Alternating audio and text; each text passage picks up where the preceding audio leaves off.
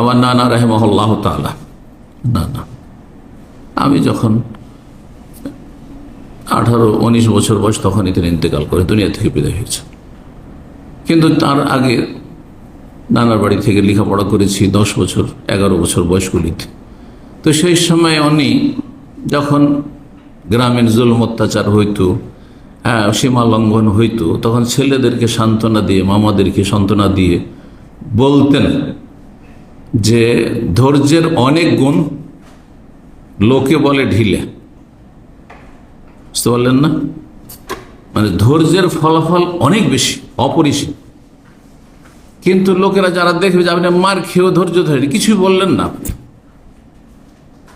আপনি লাঞ্ছিত হয়ে গেলেন, আপনাকে অপমান করা হলো, আপনার জুলুম অত্যাচার করা হলো, আপনার জমি জায়গা কেড়ে নেওয়া হলো, বেঈমানি করা হলো, বিভিন্ন রকম জুলুম অত্যাচার আমাদের দেশে, পারিবারিক সামাজিক জুলুম অত্যাচার হচ্ছে। ধৈর্য ধরেন। ধৈর্য ধরা খুব কষ্টকর। ধৈর্যের পানপাত্র বা পানীয় যেটা, সেটা খুব তিক্ত, খুব কষ্ট লাগে ধৈর্য ধরতে। আপনার গায়ে রক্ত মাংস আছে, লোকেরা যখন দেখে যে আপনি মার খেয়ে লাঞ্ছিত হয়ে আর ক্ষতিগ্রস্ত হয়ে কিছু বললেন না, কেন কিছু আপনি প্রতিক্রিয়া দেখালেন না, কেন প্রতিশোধ নিলেন না, ইত্যাদি ইত্যাদি, তখন লোকেরা মন্তব্য করে যে লোকটা কি কাপুরুষ, লোকে বলে ঢিলে। তারা তো আর কাপুরুষ এত সুন্দর ভাষা জানত না। কি রে, কিছুই বললো না, মার খেতে গেল। কিন্তু ওর যে ফলাফল আছে, সত্যি ফলাফল আছে। ইন্নাল্লাহ মা সাবিরিন, ইন্নী জাযাইতুহুমুল ইয়াওমা বিমা সাবারু ইন্নামা ইউওয়াফাস সাবিরুনা বিগাইরি হিসাব। ধৈর্যের উপরে বলতে গেলে বহু আয়াত কোরআনে কারিমে রয়েছে। সুবহানাল্লাহ, কত গুরুত্বপূর্ণ বিষয়।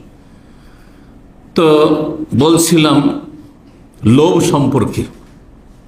লোভ, লালসা, মানুষকে আল্লাহ সৃষ্টি করেছেন এইরকম করে যে তাদের প্রকৃতিতে কিছু ভালো গুণ আছে, ভালো বৈশিষ্ট্য আছে, আর কিছু প্রাকৃতিকভাবে খারাপ দোষ ত্রুটি আছে, প্রত্যেকের মধ্যে আছে, কার মধ্যে কম, কার মধ্যে বেশি। যেই ব্যক্তি ভালো গুণগুলিকে কি করে, তার পরিচর্যা করে, সেগুলিকে শক্তিশালী করার চেষ্টা করে, তখন ভালো গুণগুলি শক্তিশালী হয়ে যায়, তখন ভালো মানুষ হয়ে যায়। মানব জাতির, আমাদের আপনাদের সংশোধন ক্ষেত্রে এই কথাটি বলছি। আপনার মধ্যে ভালো কিছু বৈশিষ্ট্য আছে, মাঝে মাঝে আপনার হিতাহিত জ্ঞান কাজ করে, তখন নিজেকে তিরস্কার করেন কিছু মন্দের ওপর, অবশ্যই করেন। ভালো দিক আছে, সেগুলিকে আপনি বৃদ্ধি করার চেষ্টা করেন, শক্তিশালী করার চেষ্টা করেন, সেগুলিকে আপনি আহার দেন, আপনি সেগুলির সেবা যত্ন করেন, দেখবেন যে আপনি আরো বেশি ভালো মানুষ হয়ে গেছেন, আর ওই বৈশিষ্ট্যগুলি অনেক শক্তিশালী হয়ে গেছে আপনার মধ্যে। কুওয়াতে মালাকিয়া, ইমাম শাহ ওলিউল্লাহ মুহাদ্দিস দেহলভী রাহিমাহুল্লাহ বলছে এগুলি হচ্ছে কুওয়াতে মালাকিয়া। মালাক মানে ফেরেশতা, ফেরেশতাগত শক্তি, ফেরেশতার মতো চরিত্র। এই জন্য মানে এই লোকটি, আরে লোক, এই মানুষ তো ফেরেশতা, ভালো মানুষকে বলা হয়। মানে আকাশ থেকে নেমে এসছে ভালো মানুষ। আর মানুষের মধ্যে, প্রত্যেক মানুষের মধ্যে, আবার প্রত্যেকের মধ্যে কিছু খারাপ শক্তি রয়েছে, যেগুলোকে শাহ ওলিউল্লাহ মুহাদ্দিস দেহলভী রাহিমাহুল্লাহর ভাষায়, যিনি ওস্তাজুল হাদিস ফিল হিন্দ, ভারত উপমহাদেশের হাদিসের প্রথম শিক্ষক, যিনি সহিহ বুখারী মদিনা থেকে লেখাপড়া করে, সহিহ মুসলিম মদিনা থেকে লেখাপড়া করে, তারপরে প্রথম দর্স শুরু করেন দিল্লিতে, দিল্লির মসনদে। তার আগে ভারতের ঢাকা থেকে শুরু করে আফগানিস্তান পর্যন্ত কোন শহরে গ্রামে বুখারীর দর্সের ব্যবস্থা ছিল না, বুখারী শিক্ষা ছিল না। কি ছিল? সুফিবাদ, পীর মুরিদি শিক্ষা ছিল, শিরক বিদআতের মাজার পূজার শিক্ষা ছিল, হুলুল ওয়াহদাতুল কুফরি শিক্ষা ছিল, ধর্মের নামে জালিয়াতির শিক্ষা ছিল, আর ফিকহি গোঁড়ামির শিক্ষা ছিল। হেদায়া যেখানে পড়া হইতো, বিশাল পতাকা সেখানে উত্তোলন করা থাকতো যে হেদায়া শরীফের ক্লাস হচ্ছে সেখানে। এই ছিল মজহাবে গোঁড়ামি, যা তুঙ্গে উঠেছিল। আজকে থেকে 400-500 বছর আগের ইতিহাস। জি, এখন যে কিছু কিছু জায়গায় মার খাচ্ছে, মসজিদ ভেঙে দেওয়া হচ্ছে, মসজিদ আপনার জ্বালিয়ে দেওয়া হচ্ছে, তারই কিছু ধারাবাহিকতা চলে আসছে। গোঁড়ামির ওপর আঘাত লাগতে লাগতে লাগতে কোরআন হাদিসের, তৌহিদের, সুন্নাহর আর আপনার ওয়াহির আঘাত করতে করতে করতে আলহামদুলিল্লাহ চূর্ণ বিচূর্ণ হয়েছে, আলহামদুলিল্লাহ।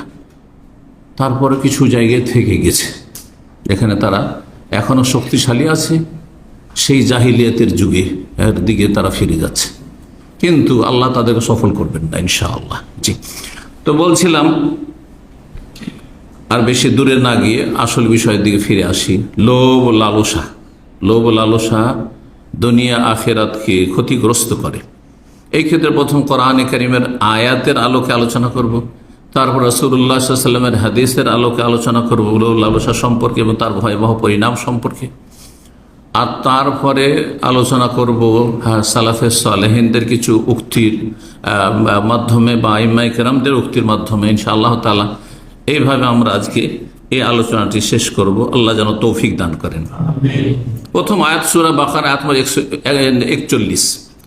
আল্লাহ রাব্বুল আলামিন এই আয়াতটির একটা অংশ বলছেন, ওয়ালা তাশতারু বিআয়াতি সামানান কালিলা, তোমরা আমার আয়াত কি, আয়াত মানে বাহ্যিক যেটা,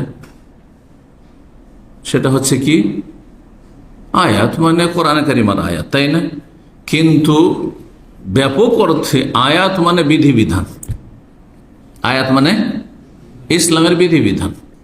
আর একটি ভাগ আছে যে আয়াতে কৌনি, আয়াতে শরিয়া, সেদিকে যাচ্ছি না আমি, আকীদার দিকে যাচ্ছি না, ওইটা আর একটা ভাগ।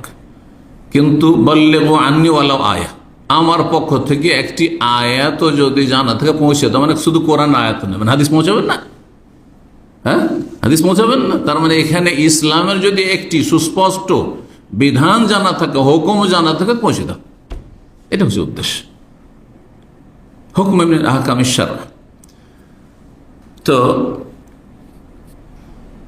আল্লাহ বলছেন, ওয়ালা তাশতারু বিআয়াতি সামানান কালিলা, আমার বিধিবিধান হুকুম আহকামের বিনিময়ে তোমরা ক্রয় করিও না সামান্য মূল্য, তুচ্ছ মূল্য, সামান্য কিছু দুনিয়ার স্বার্থ, সামানান কালিলা, সামান্য দুনিয়ার স্বার্থ হাসিল করলে, গোটা দুনিয়াও যদি হাসিল করেন, আল্লাহর বিধানের একটি বিধানের সামনে সমস্ত কিছু তুচ্ছ।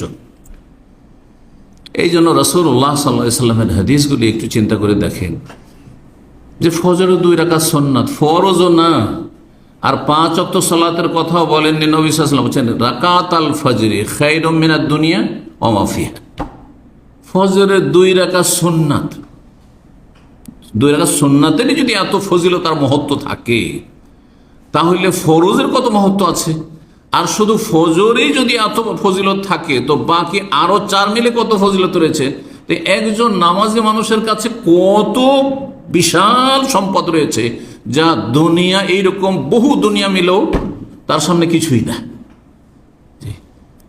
রাকাত আল ফজরি, ফজর 2 রাকাত সুন্নাত নামাজ, খায়রুম মিনাদ দুনিয়া, উৎকৃষ্ট পৃথিবী এবং ওয়া ফিহা, পৃথিবীতে যা কিছু আছে, যত রাজত্ব আছে আর যত রাজভাণ্ডার আছে, আর প্রতিটি দেশে যত সম্পদ রয়েছে মানুষের কাছে, হ্যাঁ সম্পদ হোক ব্যক্তির কাছে অথবা রাষ্ট্রীয় সম্পদ হোক, আর যত খনিজ সম্পদ আছে, হ্যাঁ ভূগর্ভে রয়েছে, যা কিছু আসমান জমিনের মাঝখানে রয়েছে, যত ধন দৌলত রয়েছে, সমস্ত কিছুর চাইতে, সমস্ত কিছু, যত শিক্ষিত মানুষ রয়েছে আর যত শিক্ষা প্রতিষ্ঠান রয়েছে, যত কিছু রয়েছে, দুনিয়ার উন্নতি রয়েছে, সায়েন্স আর টেকনোলজি রয়েছে, এগুলো ওয়া ফিহার অন্তর্ভুক্ত। সমস্ত কিছুর চাইতে মূল্যবান হচ্ছে, উৎকৃষ্ট হচ্ছে ফজরের 2 রাকাত সালাত নামাজ আদায়কারীর জন্য। একজন লোক যখন ফজরের 2 রাকাত সুন্নাত পড়লো, তার কাছে যদি কিছুই না থাকে, ওই ফজরের 2 রাকাত নামাজ পড়েছে, দুনিয়া এবং দুনিয়ায় যা কিছু আছে তার চাইতে বেশি সে লাভ হাসিল করেছে। বলুন আলহামদুলিল্লাহ।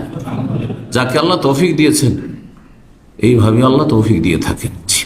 আর যার কাছে গুরুত্ব নেই, ফরজের গুরুত্ব নেই, মুসলিম থাকলেই কি, আর নামাজ ছেড়ে দিয়ে কাফের হইলেই বা কি, আর জাহান্নামে গেলেই বা কি, ও তো বিশ্বাসই নেই জাহান্নাম বলে। যখন যাবে তখন বিশ্বাস হবে, তখন বলে আল আনা, এখন আর কি, এখন সাজা শাস্তির সময়। ঠিক।